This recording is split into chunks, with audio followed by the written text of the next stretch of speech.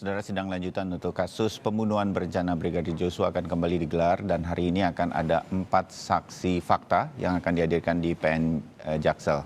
Dan kita juga akan ada saksi yang akan ditunggu sebetulnya saksi ahli yang akan diajukan jaksa penuntut umum karena kemarin tidak bisa hadir karena sedang di luar kota. Ada Effendi Saragih, pakar hukum pidana dari Universitas Trisakti, dan juga Reni Kusumowardani, psikolog forensik dari Apsifor, ini Asosiasi Psikologi Forensik. Bahkan Reni Kusumo ini adalah ketua dari asosiasi ini atau Apsifor ini. Jadi nanti akan menarik untuk mendengarkan keterangan mereka. Kalau dihadirkan oleh jaksa penuntut umum tentu akan memberatkan para terdakwa. Paling tidak itu bayangan kita. Kita akan bahas bersama para narasumber. Hari ini saya kedatangan tamu, sudah langganan dua-duanya. Ada Asep Iwan Iriawan, pakar hukum pidana, dan juga Martin Lukas Menjuntak, salah satu perwakilan pengacara keluarga almarhum Joshua. Selamat pagi Bang Martin, Kang Asep, salam sehat. Selamat pagi Mas Bayu, selamat pagi Bang Martin. Ya. Nah, sebelum saya akan sedikit membahas perkiraan-perkiraan dari saksi ahli yang diajukan JPU pada hari ini yang akan menjadi bahasan utama, saya akan mundur ke kemarin dulu, Kang Asep dan Bang Martin, karena ada dua saksi ahli. Ada saksi-saksi ahli dari digital forensik yang membeberkan CCTV. Muncul lagi tuh kata-kata sarung tangan Sambo lah, saya mengambil kutipannya. Sarung tangan Sambo ya Kang Asep.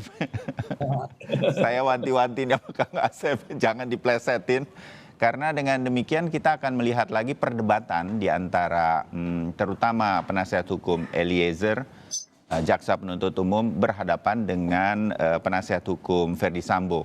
Pakai sarung tangan atau tidak begitu. Nah, kemarin ada CCTV di teras rumah Saguling sebelum berangkat dengan mobil menuju ke rumah di Duren 3 pada saat kejadian, pada hari kejadian, Sambo tidak menggunakan sarung tangan, maka kemudian dianggap gugur. Kang Asep, berkaitan dengan seperti ini nih, kita melihatnya seperti apa? Kalau kita duduk sebagai majelis hakim begitu, apa yang kemudian dilihat?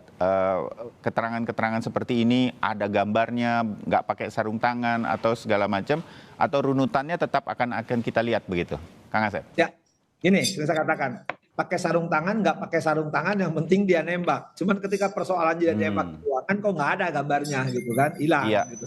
Nah itu yang perlu dipertanyakan. Kemarin kan lucu juga, oh ini nggak ada pakai sarung tangan, di fakta nggak ada. Nah yang namanya aktor intelektual, sekali lagi ya, syukur-syukur ketahuan dia pakai sarung, apalagi nggak pakai sarung gitu kan. Nah kalau namanya aktor intelektual umumnya tidak berlumuran darah.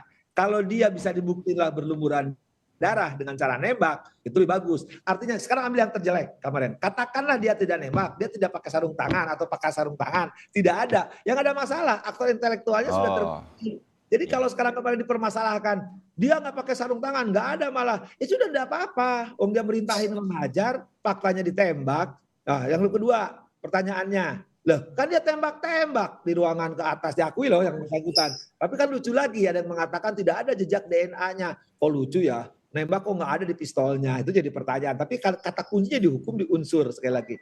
Dia aktor intelektual memerintahkan menghilangkan nyawa, itu sudah terbukti. Ya, terbuktinya apa? Ada yang diperintah tadi mengakui, ya terlepas kata dihajar dan ditembak. Nah, kalau sekarang dipersoalkan kepada gambar, ya itu video, apalagi itu dari flash disk sekali lagi. Ya, itu ada yang kan harus jejak digital soal ahli begituan lah ya. Tapi sekali lagi, jangan karena di situ nggak ada, mengambil kesimpulan dia nggak nembak. Iyalah itu kan di luar gambarnya. Coba kalau ada yang dapat entah minta di ruangan itu ya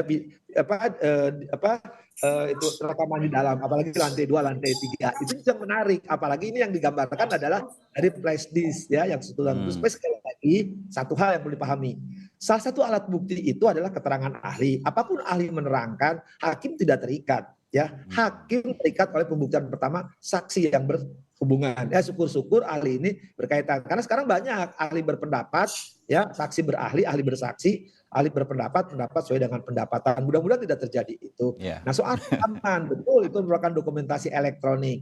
Tapi harus yang aslinya, di VR-nya kemana itu.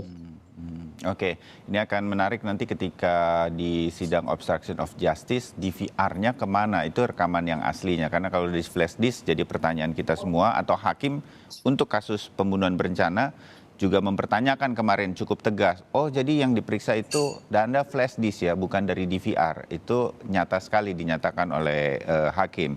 Mungkin feel-nya sama seperti Kang Asep katakan, itu bukan dari sumber utamanya, begitulah. Nah, saya ke Bang Martin sedikit.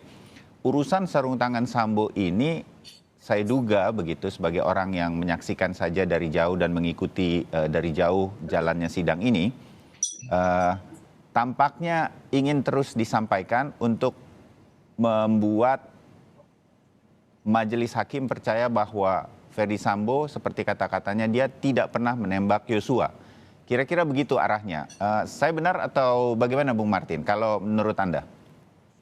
Ya, dua hal yang mau mereka buat. Yang pertama adalah menghilangkan unsur perencanaan dengan tidak adanya sarung tangan. Karena kan memang di dalam dakwaan dan di dalam rekonstruksi memang ada visualisasi yang mengatakan bahwa Ferdy Sambo tangan kanan itu menggunakan sarung tangan hitam gitu ya, berdasarkan keterangan dari Richard Eliezer. Nah, namun melalui fakta persidangan kemarin, menurut saya Arman Hanis, ya, Febri Diansah, Rasmala Aritonang terlalu berglorifikasi. Kenapa? Dia melakukan generalisasi terhadap satu fakta untuk seluruhnya. Nah, ini yang nggak boleh, ya. Ini disebut dengan deception ataupun penipuan. Kenapa maksudnya saya bilang gimana demikian? tuh? Ya. Karena hanya satu fakta yang terungkap bahwa memang benar di Jalan Saguling pada saat turun, ya, menuju teras, memang tidak terlihat menggunakan sarung tangan baik tangan kanan maupun tangan kiri. Ya. Nah, tapi mereka ini melakukan generalisasi dan seakan-akan sampai dengan TKP Ferdy Sambo tidak menggunakan sarung tangan. Ini namanya logikal falasi, nggak begitu cara pikirnya. Satu fakta ya satu fakta, tidak bisa digeneralisasi terhadap semua fakta.